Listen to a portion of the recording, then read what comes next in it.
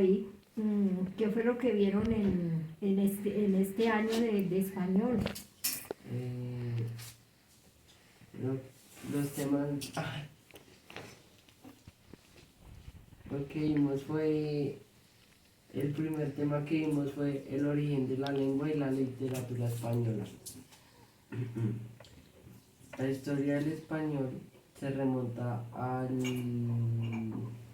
siglo VIII en la región de Castilla, en el norte de España, durante la Edad Media, cuando los pueblos germánicos invadieron la península ibérica y se mezclaron con los habitantes romanos y visigodos. Y entonces esta mezcla de lenguas dio origen al romance hispánico, que posteriormente evolucionaba hacia el español que conocemos hoy en día. Durante la Edad Media, el español comenzó a desarrollarse como una lengua literaria y se consolidó como la lengua oficial de la corte y la administración.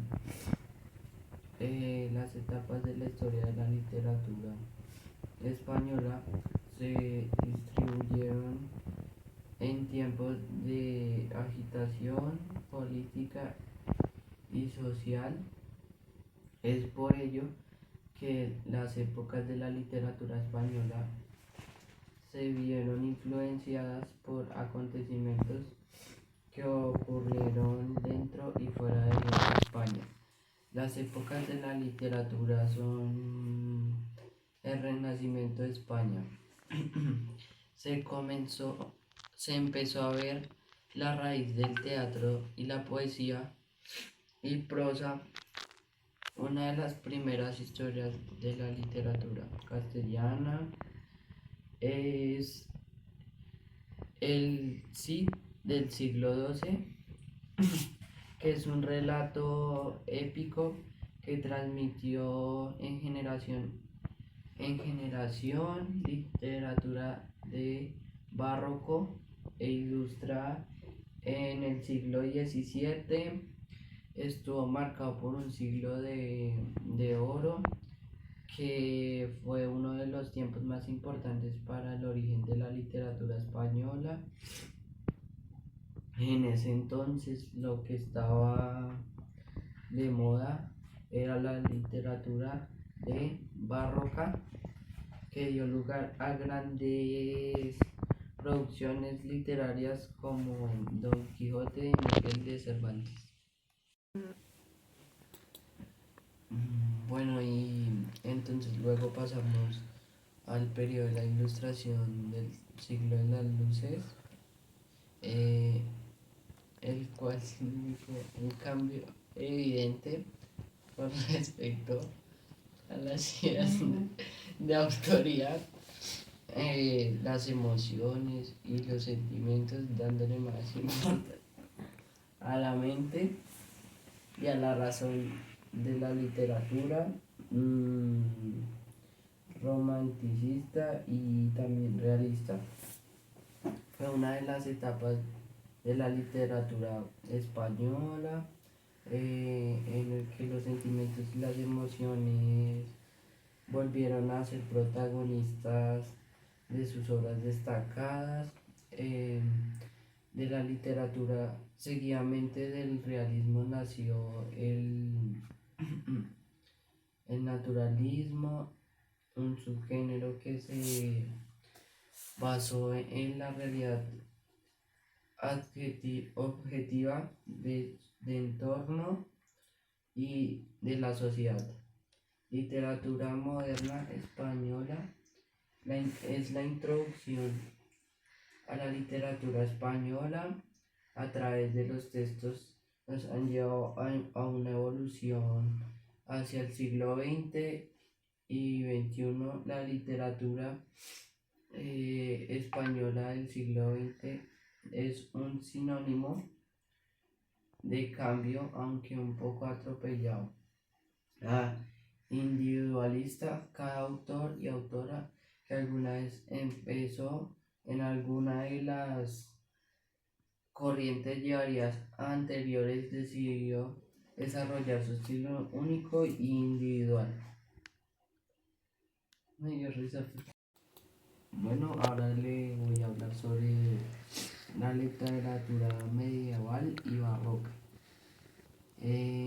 La literatura medieval, eh, la, eh, la literatura de la Edad Media incluye obras desde la caída del Imperio Romano hasta el Renacimiento. Durante este tiempo la región fue muy importante y se escribieron historias sobre santos y canciones religiosas. También se crearon poemas como poemas épicos como el que se encuentra en las aventuras de los héroes.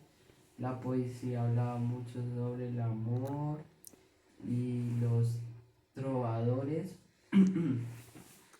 cantaban sobre el amor, escribían crónicas y cuentos que enseñaban lecciones.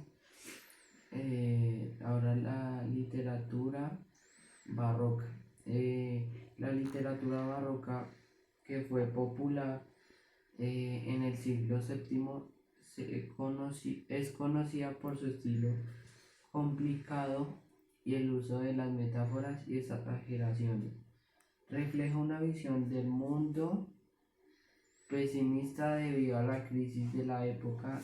En la poesía, Luis de Góngora y Francisco de Quevedo fueron famosos por sus estilos únicos.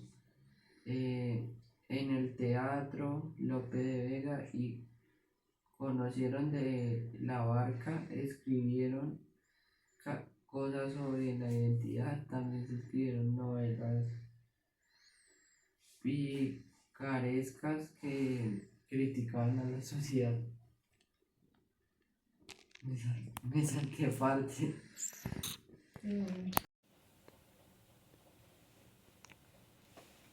Ahora les vengo a hablar sobre los géneros literarios. Entre los géneros literarios está el narrativo. Este género incluye novelas, cuentos y epopeyas y se caracteriza por contar historias a través de un narrador. El objetivo principal es narrar eventos y desarrollar personajes en un contexto específico, creando una conexión emocional con el lector. Un ejemplo destacado sería Don Quijote de la Mancha, lírico. La literatura lírica se enfoca en la expresión de sentimientos y emociones personales. Es comúnmente presentada en forma de poesía utilizando un lenguaje figurativo y simbólico, a menudo es breve y musical. Ya. Y como en los sonetos de Shakespeare, o las odas de Pablo Neruda. Ahora voy con el género dramático. Este género se destina principalmente a la representación en teatro. Incluye obras como tragedias, comedias y tragicomedias, y está compuesto de diálogos entre personajes. Las obras de William Shakespeare, como Hamlet y Sueño de una noche de verano, son ejemplos clásicos. Ahora voy con el género épico. Este género épico se caracteriza por narrar grandes hazañas y aventuras, generalmente en un formato de poesía extensa. Estas obras suelen tratar de héroes y eventos históricos o mitológicos, como en la Ilíada de Homero o el Cantor de Miocid, el Miocid. Ahora voy a hablar sobre el ensayo. El ensayo es un género que explora temas diversos desde una perspectiva personal eh, y reflexiva, buscando persuadir, informar al lector. Es un texto que permite al autor expresar sus ideas y argumentos de manera libre. También obras como los ensayos de Michael de Montaigne son ejemplos representativos. Ahora voy a hablar de los estudios de las lenguas. Los estudios de las lenguas, también conocidos como lingüística, son un campo amplio que analiza el lenguaje humano, se clasifica en fonética y fonología. Estas disciplinas se centran en los sonidos del habla. La fonética estudia la producción y la percepción de los sonidos, mientras que la fonología examina cómo estos sonidos funcionan en un sistema dentro de una lengua.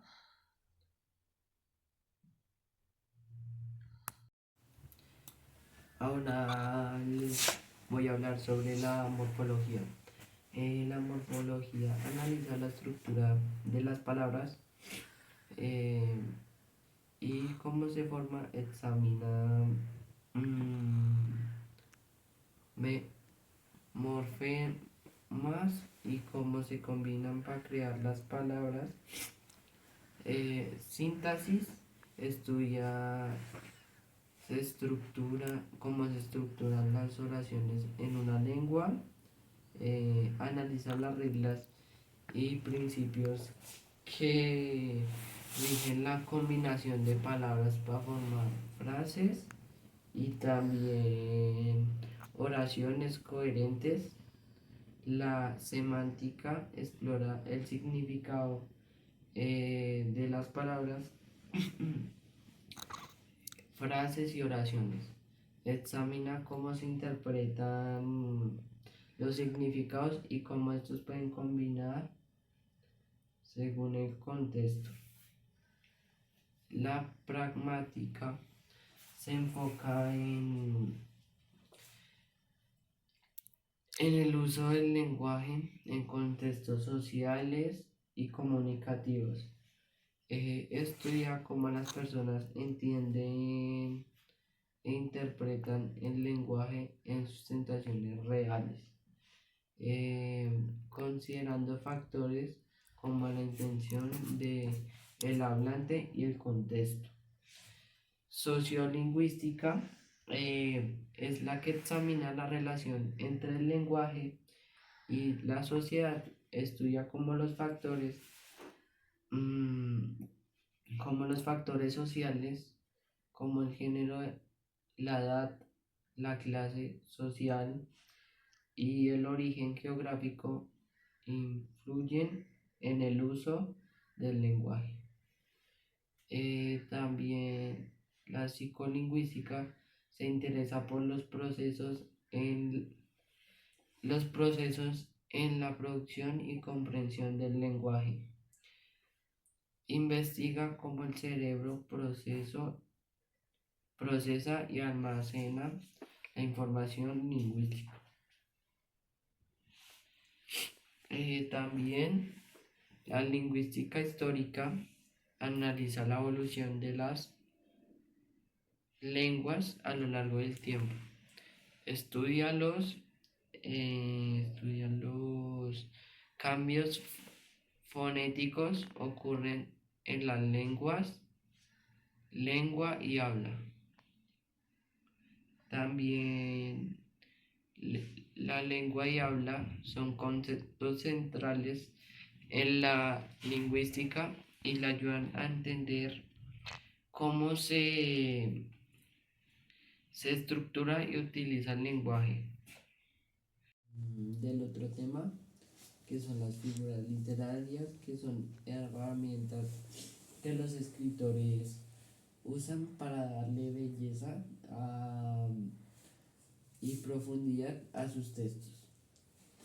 Entre ellas se encuentran las metáforas y el simbolismo.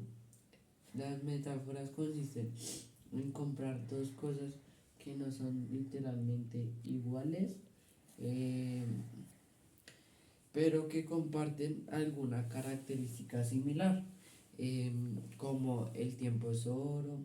Esto ayuda a crear imágenes vividas y a hacer que el lector piense en ello. Eh, el simbolismo, por otro lado, usa símbolo para representar ideas más amplias y, por ejemplo, una paloma puede simbolizar la paz, o un camino puede representar el viaje a la vida. Ambos, las metáforas y el simbolismo, enriquecen la lectura al añadir capas, significados y permiten diversas interpretaciones. Ahora voy a hablar de las normas APA. Son un conjunto de reglas creadas por la Asociación Americana de Psicología. Nos sirven para asegurar la claridad en la escritura académica y científica. Estas normas tienen en cuenta diversos aspectos de la redacción, incluyendo la estructura de documento, la citación de fuentes, el formato de las referencias bibliográficas y el estilo de representación de tablas y figuras. Las normas APA son muy importantes porque nos ayudan a que los trabajos académicos sean claros y fáciles de entender. Aseguran que se citen las fuentes correctamente para evitar el plagio y dar crédito a los autores originales. Estas normas no se usan mucho en investigaciones para mantener la claridad, la calidad, digo. Y ya. Bueno, las diferencias entre la lengua y el habla son, en primer lugar, la lengua se refiere al sistema de signos eh, y reglas que comparte una comunidad para comunicarse en un conjunto de normas que existen en la mente de los hablantes que y se aprende a través de la interacción con otros hablantes. Unos ejemplos son el español, el inglés y el chino. El habla, eh, el habla por otro lado se refiere a la manera individual en que una persona usa la lengua en un momento dado para comunicarse. Incluye la producción de la palabra y frases que siguen las reglas de la lengua. Pero es variable y personal. Cada persona tiene su propia forma de hablar, que puede estar influenciada a la educación y experiencias personales. En resumen, la lengua es el sistema de reglas mm, compartido para una comunidad, mientras el habla es la manifestación individual de la comunicación diaria. Eh, el lenguaje, ahora les vengo a hablar sobre el lenguaje verbal y no verbal. El lenguaje verbal es la comunicación usando palabras ya habladas o escritas. Esto incluye la gramática y el vocabulario que usamos para expresar ideas y compartir información de manera clara y en directo. Y nos permite comunicarnos detalladamente. El lenguaje no verbal abarca todo lo que no son palabras como gestos, expresiones faciales y como el tono de voz. Estos elementos nos ayudan a transmitir emociones y a completar lo que decimos verbalmente. Ambos tipos de lenguaje son esenciales para una comunicación efectiva. Bueno, ahora les voy a hablar sobre la organización del ensayo según el color. Un ensayo consta de tres partes fundamentales que son la introducción, el desarrollo y la conclusión.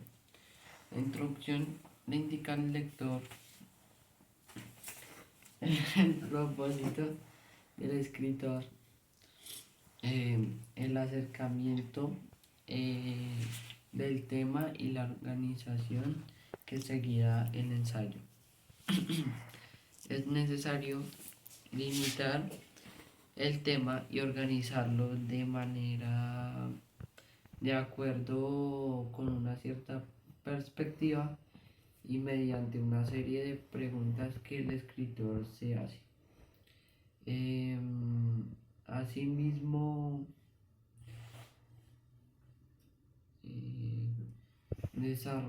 desarrolló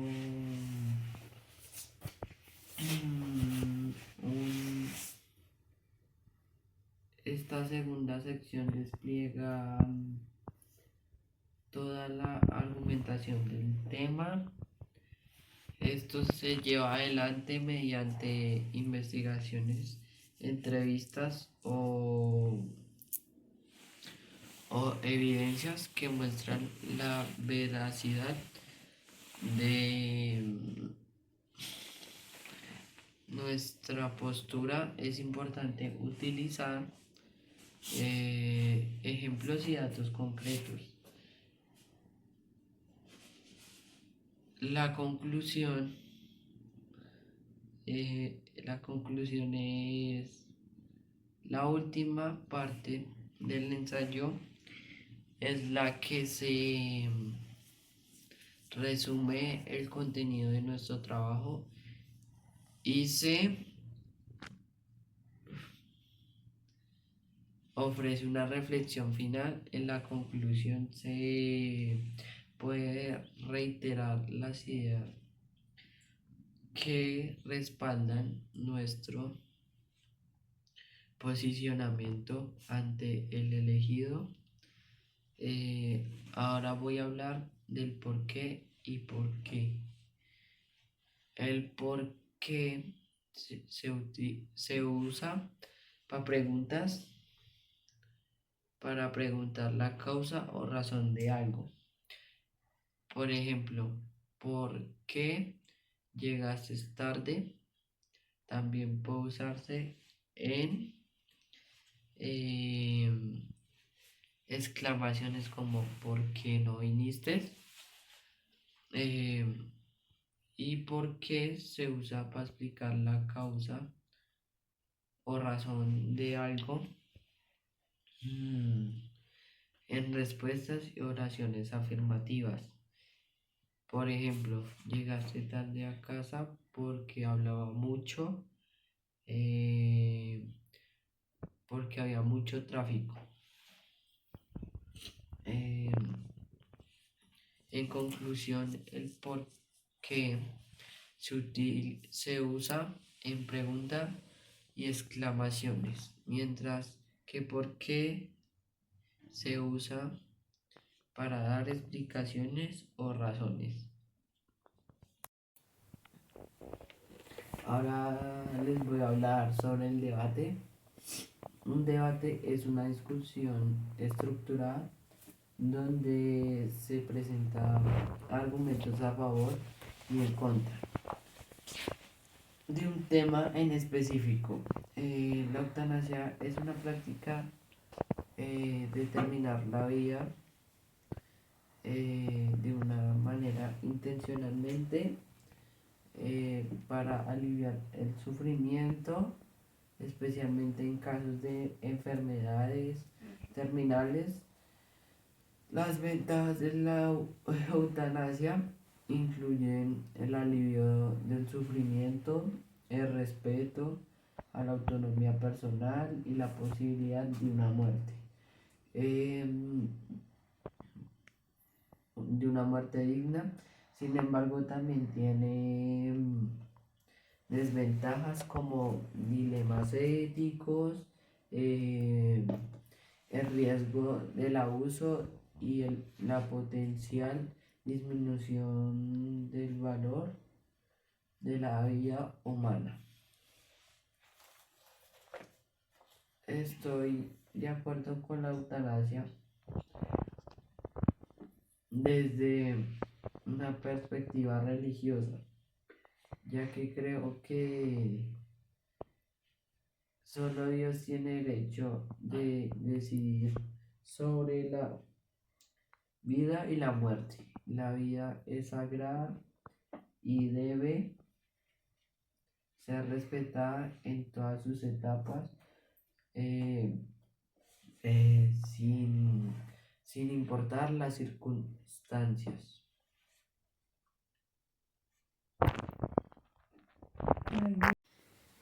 Bueno, Juan David, vamos entonces a trabajar el tema de la eutanasia en animales y después iniciamos el ejemplo entonces de un debate.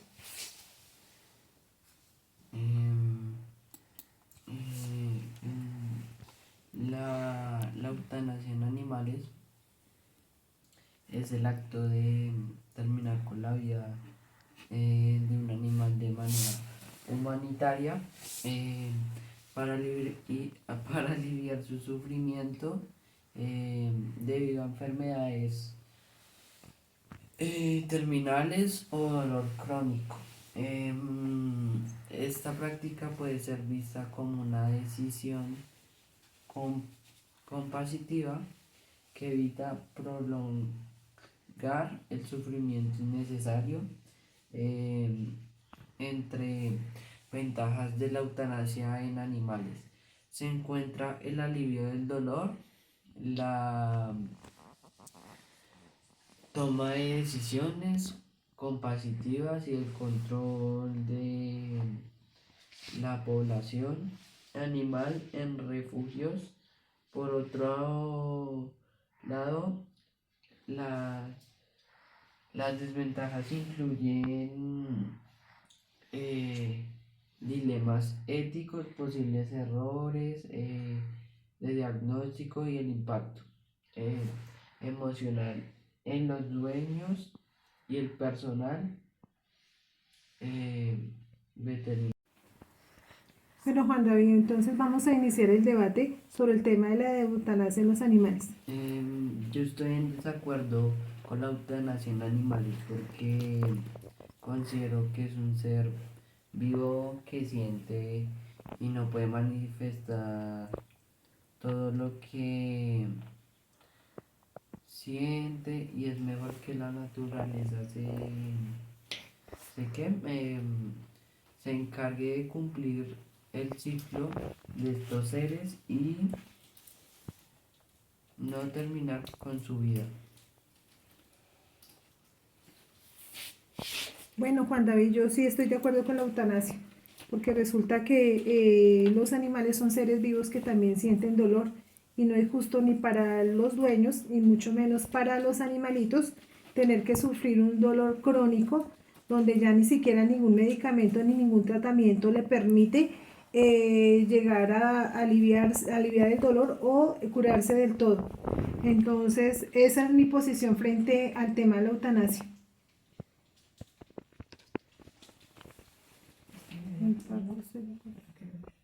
Yo estoy de acuerdo en parte sí, en parte no, porque como su merced dice, los animales también sienten el dolor que nosotros los humanos sentimos y,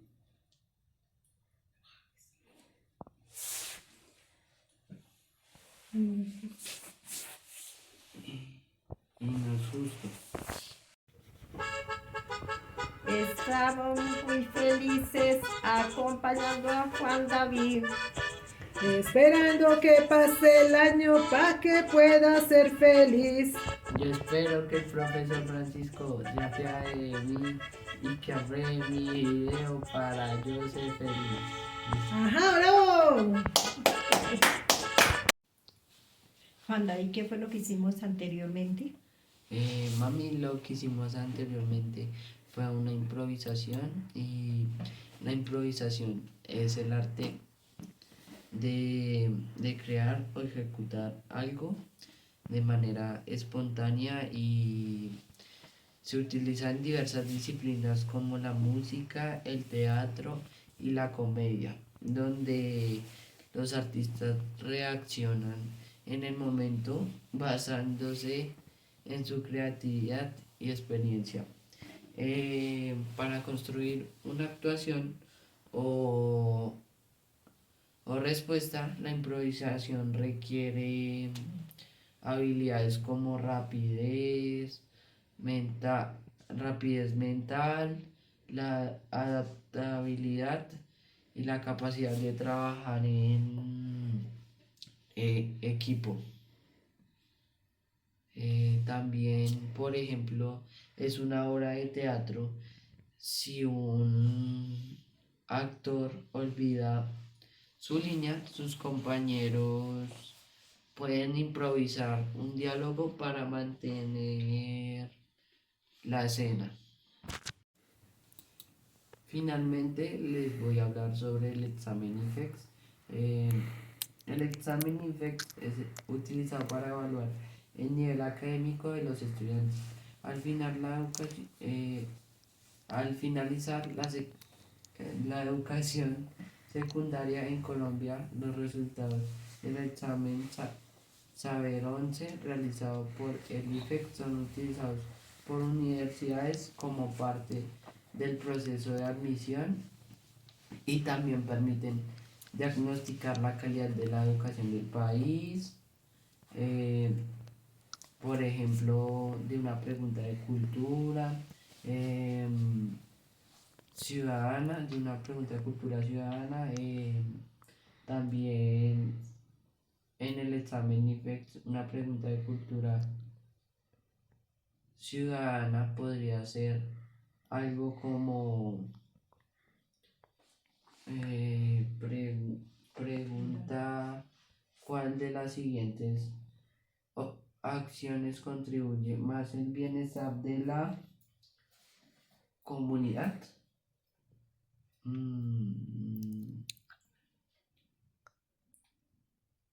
A. Reciclar los residuos en casa. B. No participar en las elecciones. C. Evitar el pago de impuestos. D. Usar el transporte público sin pagar el pasaje. Bueno,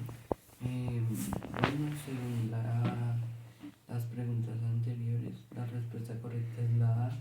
Nos ayuda a reciclar los residuos en casa porque esto aporta al medio ambiente y a futuras generaciones y también sirve como medio de trabajo para las familias. Este tipo de preguntas evalúan el conocimiento de los estudiantes sobre comportamiento cívico y responsabilidad social.